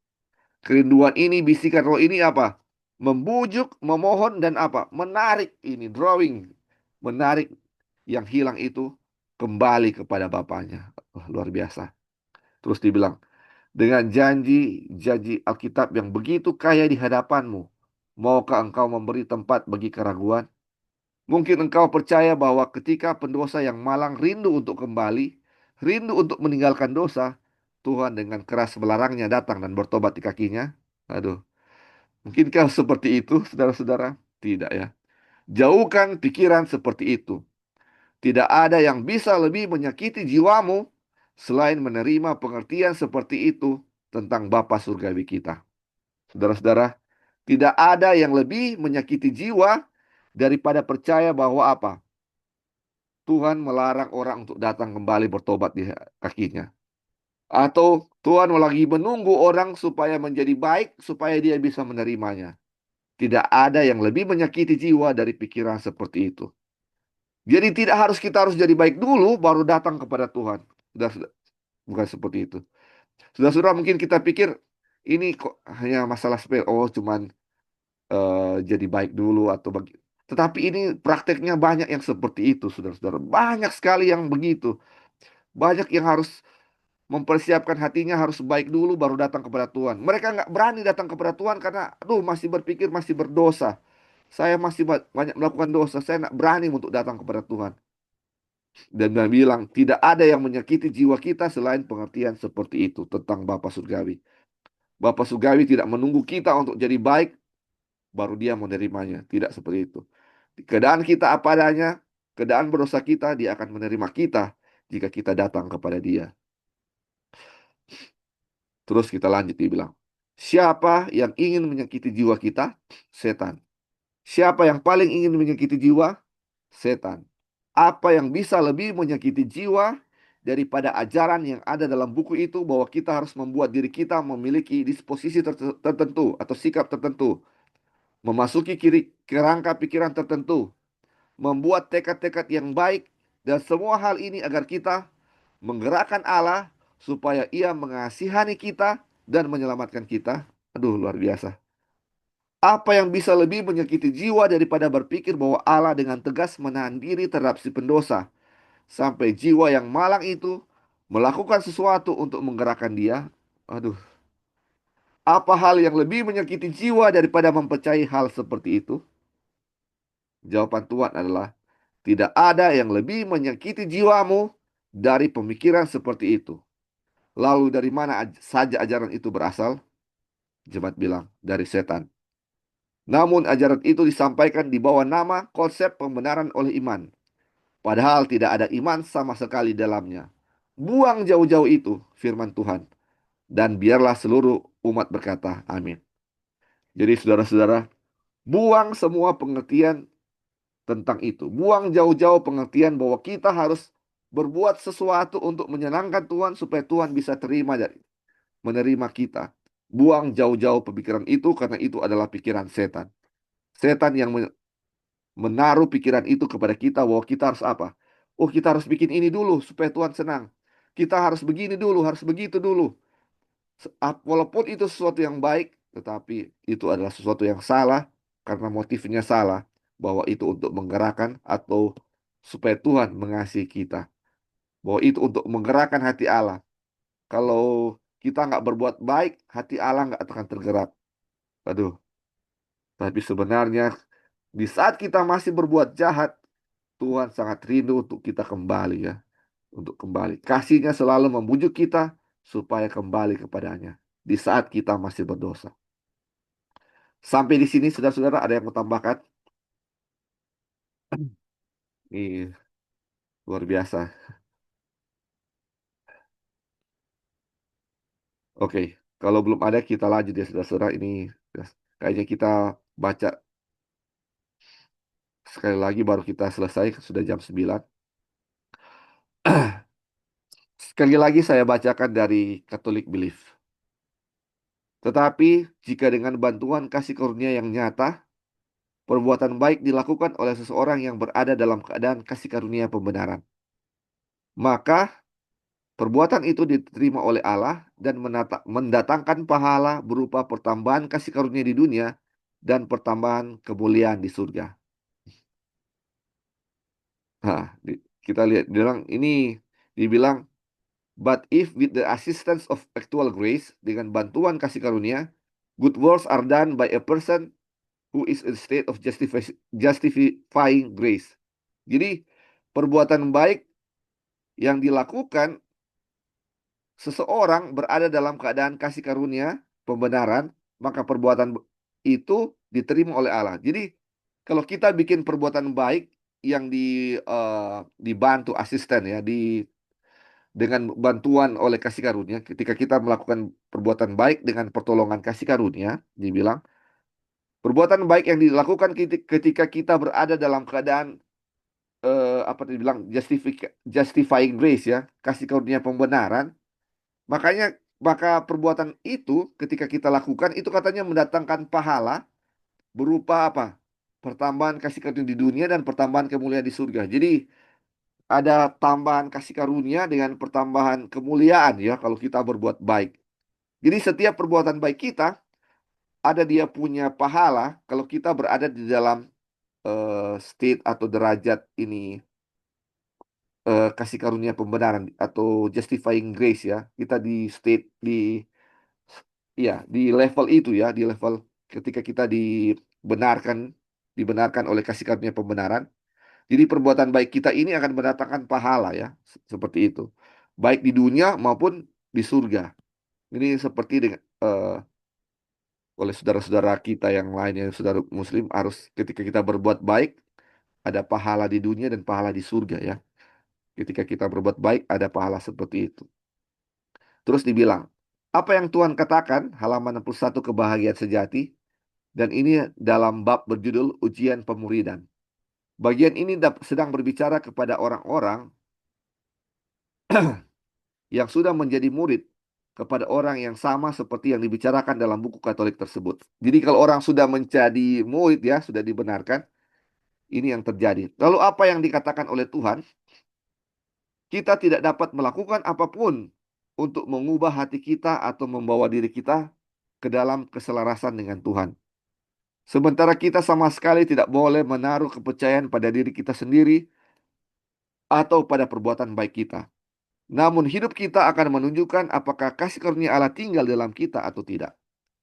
Jadi saudara-saudara, ini dibilang ya, apapun yang kita lakukan, ini ya, kita tidak boleh percaya kepada apa? Kepada diri kita sendiri, ada perbuatan baik kita. Jadi, kalau tadi perbuatan baik kita, itu ada dia punya pahala. Kalau dari buku kerinduan buku kebahagiaan sejati dibilang, kita tidak boleh percaya pada perbuatan baik kita ya. Kita tidak boleh menaruh kepercayaan. Karena dibilang kita tidak dapat melakukan apapun untuk mengubah hati kita atau membawa diri kita ke dalam keselarasan dengan Tuhan. Tidak ada yang kita bisa lakukan ya. Terus dibilang, namun hidup kita akan menunjukkan apakah kasih karunia Allah tinggal dalam kita atau tidak. Jadi kalau kasih karunia Allah dalam kita, tentu kita akan berbuat baik. Tetapi bukan karena perbuatan baik itu kita bisa selaras dengan Tuhan. Jadi perbuatan baik itu kita itu bukan membuat kita selaras dengan Tuhan atau untuk dapat pahala, saudara-saudara. Tapi ketika kita menerima kasih karunia, kita akan menunjukkan perbuatan baik ya. Kita akan menunjukkan perbuatan baik. Tapi bukan dengan eh, tujuan sesuatu ya untuk dapatkan pahala, bukan seperti itu. Anda lihat pikiran Allah adalah bahwa ketika Ia hadir dalam kita, Ia akan menyatakan dirinya melalui kita. Dan kita sudah tahu ya, kita belajar di Medical Missionary, ketika Tuhan menunjukkan dirinya, apa yang Dia lakukan? Banyak sekali perbuatan baik menolong orang. Ketika Ia hadir dalam diri kita, hal yang sama juga akan terjadi. Tetapi tujuannya bukan untuk apa? Untuk menerima pahala ya, bukan itu. Terus dibilang, sebaliknya, pikiran setan adalah bahwa setelah kita berhasil mengubah hati Tuhan, barulah kita melakukan perbuatan baik yang dianggap berjasa, dan kita akan aman di dunia ini. Dan kita akan memperoleh penambahan kasih karunia di dunia ini, dan penambahan kemuliaan di surga. Itulah dasar dari konsep jasa para orang kudus, dari mana Paus menarik indulgensi untuk diberikan kepada orang-orang yang tidak memiliki cukup jasa mereka sendiri. Jadi ini indulgensi ini penghapus dosa, jadi harus bayar supaya dosa itu dihapus dan mereka bisa memiliki jasa, dan ini mereka bisa menambat kasih karunia di dunia ini dan penambahan kemuliaan di surga. Ini luar biasa. Jadi orang-orang yang tidak mempunyai cukup jasa, dia punya perbuatan baik itu tidak cukup, bisa beli saudara-saudara, bisa bayar supaya dia bisa cukup dia punya jasa, sehingga ada penambahan kasih karunia baik di dunia maupun di surga ya. Ini terus kita lanjut.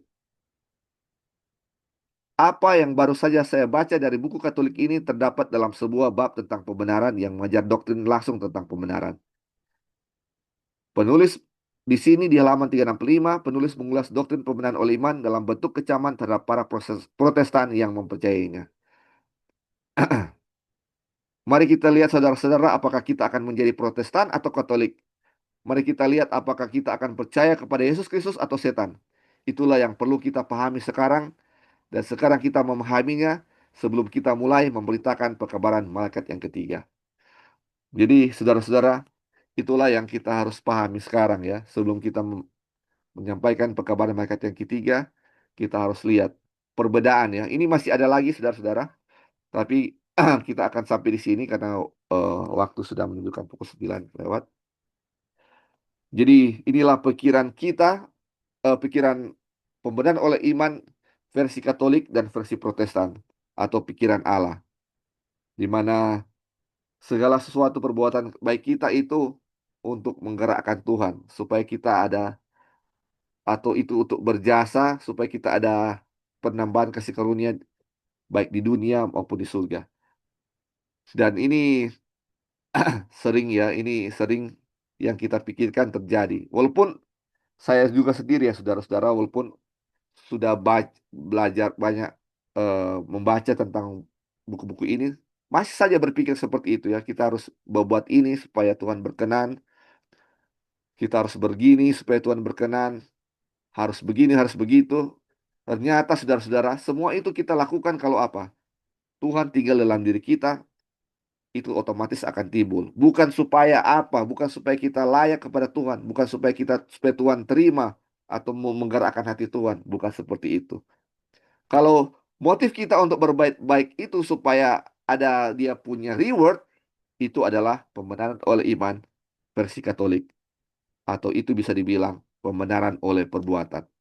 Walaupun, oh saya bukan mau berbuat pembenaran oleh perbuatan, saya mau melakukan pembenaran oleh iman. Tetapi pengertian kita salah tentang itu. Itu adalah pengertian dari Katolik atau dari kepausan. Saudara-saudara, ada yang mau tambahkan saudara sebelum kita tutup? Nih, kita akan lanjutkan lagi. Ya, silakan pendeta.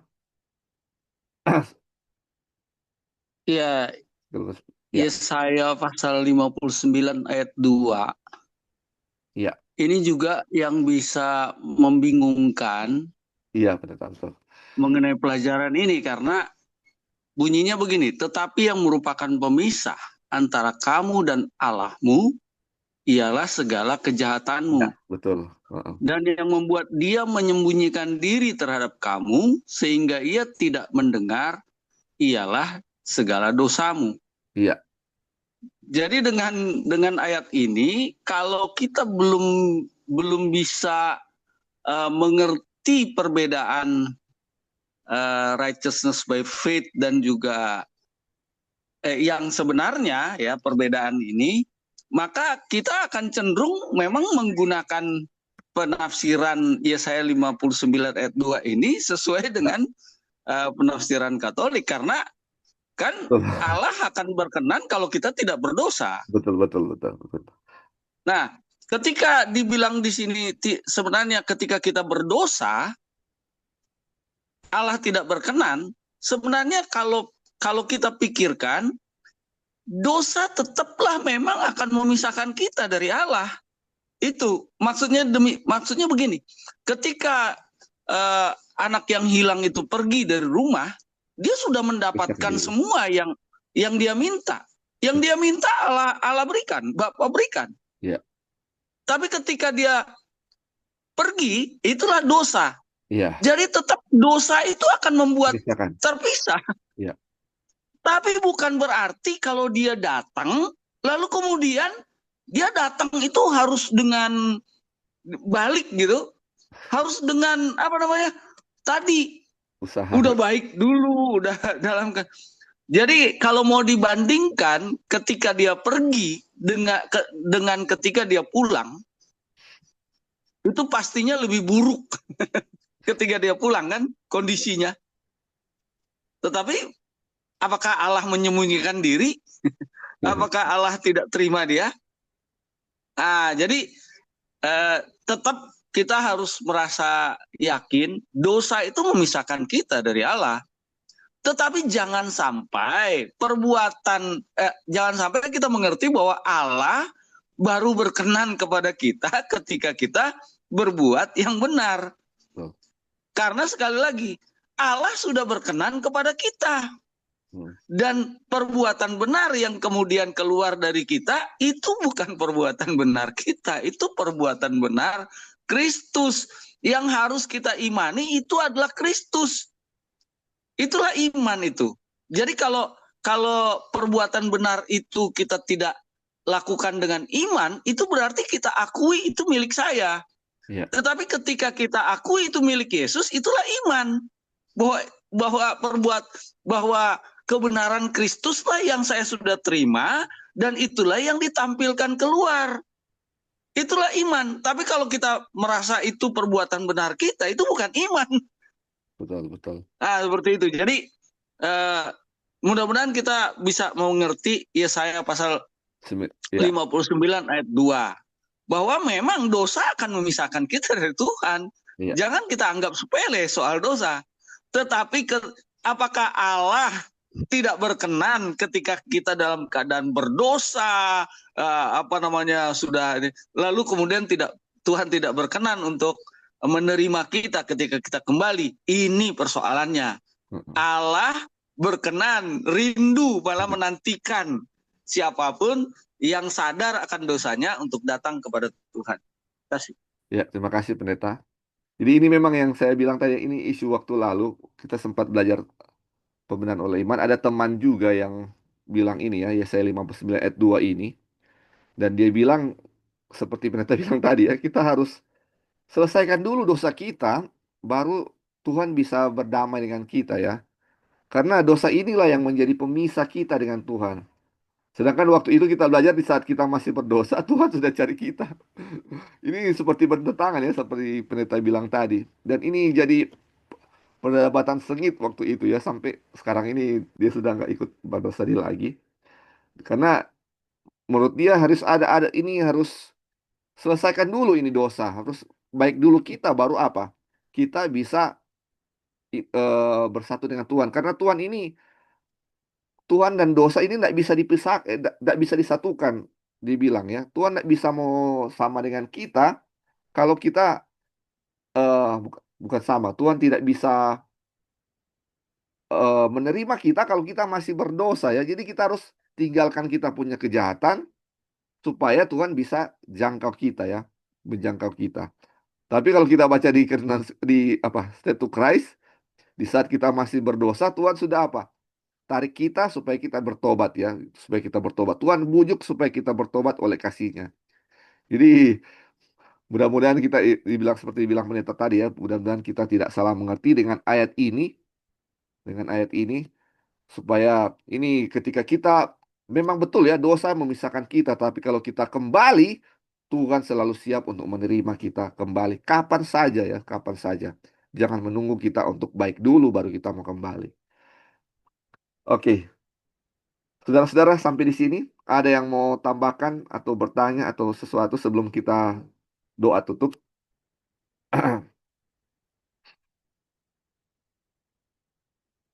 Nih, puji Tuhan ya saudara-saudara. Ini sangat membuka pikiran kita, bisa mengetahui kesalahan-kesalahan kita di masa lalu, yang kalau kita lihat masih banyak sekali menganut pikiran-pikiran dari apa? Dari Katolik ya, pikiran-pikiran setan. Dan kita lihat juga ya, di gereja juga masih banyak saudara-saudara kita yang masih percaya akan apa? Hal-hal ini. Kita harus baik dulu. Dan kalau kita sudah tahu ini, tugas kita adalah untuk menyampaikan juga bagi mereka agar gereja kita siap untuk menyampaikan pekabaran malaikat yang ketiga kepada dunia ya, kepada dunia. Dan ini saudara-saudara masih ada beberapa lagi dia punya perbedaan yang George coba sampaikan di sini dari Catholic Belief dan Step to Christ atau kebahagiaan sejati, dia punya perbedaan dan kita akan bahas di waktu mendatang ya saudara-saudara. Mungkin ada lagi? Oh iya. Jadi, Silakan.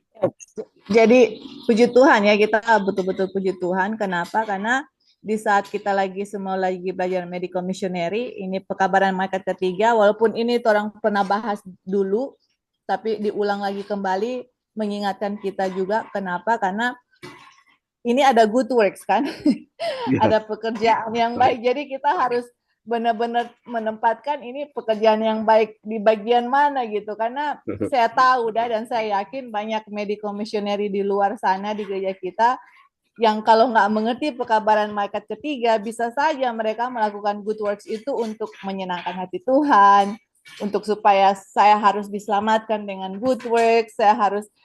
Jadi puji Tuhan dengan pekabaran ini bisa memberikan kita pengertian yang lebih luas, dan ini sangat penting dan sangat krusial. Kalau kita salah mengerti, waduh, kita akan, kalau salah pengertian kita lakukan juga itu salah, karena semua berasal dari pikiran ya, apa yang kita lakukan itu. Jadi dengan mempelajari pekabaran malaikat ketiga, saya bisa tahu di mana saya punya posisi, Tuhan itu di mana, ini good works-nya di bagian mana, apakah untuk mempersiapkan saya diselamatkan, atau itu adalah hasil dari iman, kebenaran Kristus kita terima, dan buahnya itu benar-benar harus tahu. Karena tadi yang Pendeta Jackie bilang, dan juga E.T. Jones bilang, pembenaran Katolik Advent dengan Katolik itu beda tipis. Kalau kita nggak bisa lihat, bisa saja kita bisa menganut pekabaran doktrin Katolik Advent, pekabaran righteousness by faith Katolik, tapi kita mengaku kita adalah orang Advent, atau mungkin kita melakukannya tanpa sadar ini bukan dari Tuhan, tapi ini dari setan. Dan saya sendiri, kita mengakui bahwa kita pemikirannya dulu persis banyak sekali ajaran doktrin dari Katolik. Dan puji Tuhan, Tuhan memberikan penerangan hari ini kembali untuk mengingatkan kita mengenai bagaimana kasih Kristus terutama, dan bagaimana Kristus mau cari kita, dan bagaimana tadi Pastor Jackie bilang pemberiannya itu. Saya senang sekali dengan kata itu. Pemberian itu, kita senang nggak pemberian itu? Kita mau pakai dengan senang nggak? Itu sangat bagus sekali ya, dia punya yang tadi Pendeta Jackie bilang, bukan saya harus pakai itu, tapi karena melihat kasih Tuhan, saya senang mau pakai itu, saya mau pakai itu gitu, saya mau sama seperti Yesus. Oke, Li, thank you, Li. Ya, puji Tuhan, terima kasih. Ya, silakan Boleh. Tante Kori. Ya, silakan Tat. Terima kasih untuk pelajaran hari ini ya, dari lalu juga ya. Karena kebahagiaan sejati atau Step to Christ, waktu ikut Healing Way, itu yang kita bahas setiap pagi. Sebelum jam 5 kita mulai dengan itu. Tetapi tidak sedalam ini gitu. Cuma ada yang kita yang kita dapat di situ, bagaimana kasih Tuhan. Pokoknya itu sampai selesai itu 1 bulan 5 minggu ya kita ikut sudah dengan Health Expo, tapi tidak seperti sekarang. Terima kasih. Thank you juga Tevan dan Juan so ikut dari, kalau juga Mama mau terangkan tidak sedalam ini. Ya, terima kasih juga Tante Tel ya. Juga Peniel, tapi dia karena kepala sekolah dia terikat juga dengan tugas kalau hari kerja ya. Terima kasih ya, Tuhan supaya ini bisa menjadi satu buat orang pelajaran yang baik buat orang. Terima kasih. Terima kasih Tante Kori. Puji Tuhan ya, saudara-saudara. Oke, baik saudara-saudara. Pelajaran kita sampai di sini. Biarlah apa yang kita pelajari ini bisa terus kita ingat, dan apapun yang kita lakukan, biarlah berdasarkan pembenaran oleh iman versi Protestan atau versi Advent ya, sesuai dengan buku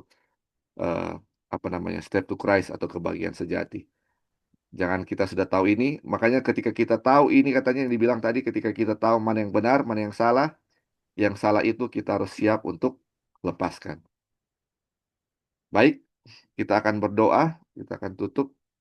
Mohon Pendeta Jackie boleh